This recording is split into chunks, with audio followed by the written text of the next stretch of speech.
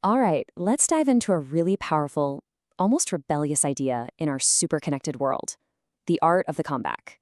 But, this isn't about those loud announcements or those New Year, New Me posts. Nope, it's the total opposite. We're talking about disappearing, going dark, and then reemerging stronger than ever before. So let's get into how it's actually done. Just let that one sink in for a second. In a culture that, let's be honest, celebrates every little win, every new gym membership, every half-read book, this quote is a real challenge. It's basically saying the biggest, most profound changes don't happen in the spotlight. They happen in quiet, focused, private effort. It's a complete flip of the script. And that's the million-dollar question, isn't it? If all the real, gritty work isn't meant for public consumption, then what does that process even look like? Well, that's exactly what we're going to unpack here, a strategic protocol for doing just that. Okay, so let's set the stage. We all feel it, that constant pressure to perform online, to share our goals, our progress, our hustle. Everyone says build in public. But this can actually create this cycle of looking for validation that gets in the way of making any real progress. Now, here's what's so fascinating about this. It's all about psychology. When you go and announce a big goal, your brain gets this little hit of dopamine. It's a small reward that kind of feels like you've already done something. It can trick you into feeling satisfied before you've even put in the hard work. Plus, it invites all this external pressure and opinions, which can totally water down your focus. So, what's the antidote? How do you break this cycle of announcing things too early and all that outside noise? Well, there's a concept for it, and it's called ghost mode. And this isn't just about being quiet. It's a deliberate, strategic plan for making deep, meaningful change.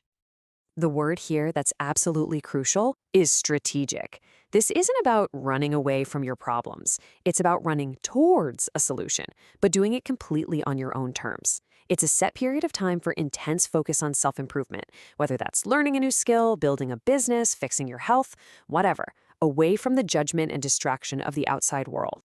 And we need to be crystal clear on this point. Going ghost mode is not the same thing as ghosting someone in a relationship. Not at all.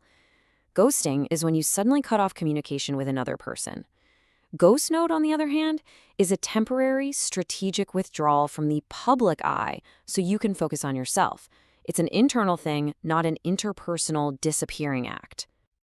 Okay, so the concept makes sense, but how do you actually do it? Well, the framework for this is a really specific, actionable timeline. It's called the 90-day protocol. 90 days, that's 3 months. That's the dedicated window you get. It's long enough to make some serious, lasting change, but it's short enough that it still feels manageable, and you can keep that intense focus. This isn't about retreating from the world forever. It's a sprint with a very clear finish line.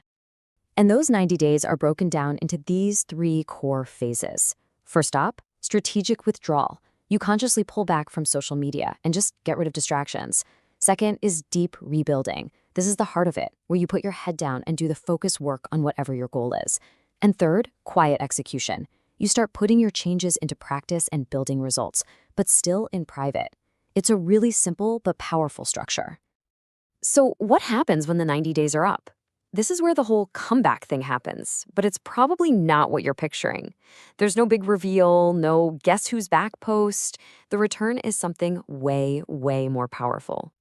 I mean, just look at this comparison. A typical comeback is all about the announcement, the words, the hype. It's looking for approval. But a ghost mode comeback is the result. The validation comes from the new skill you mastered, the business you launched, the marathon you just ran. Your actions do all the talking for you. So here's the key point. You don't announce your return. People just notice. They notice you're different. They see the results.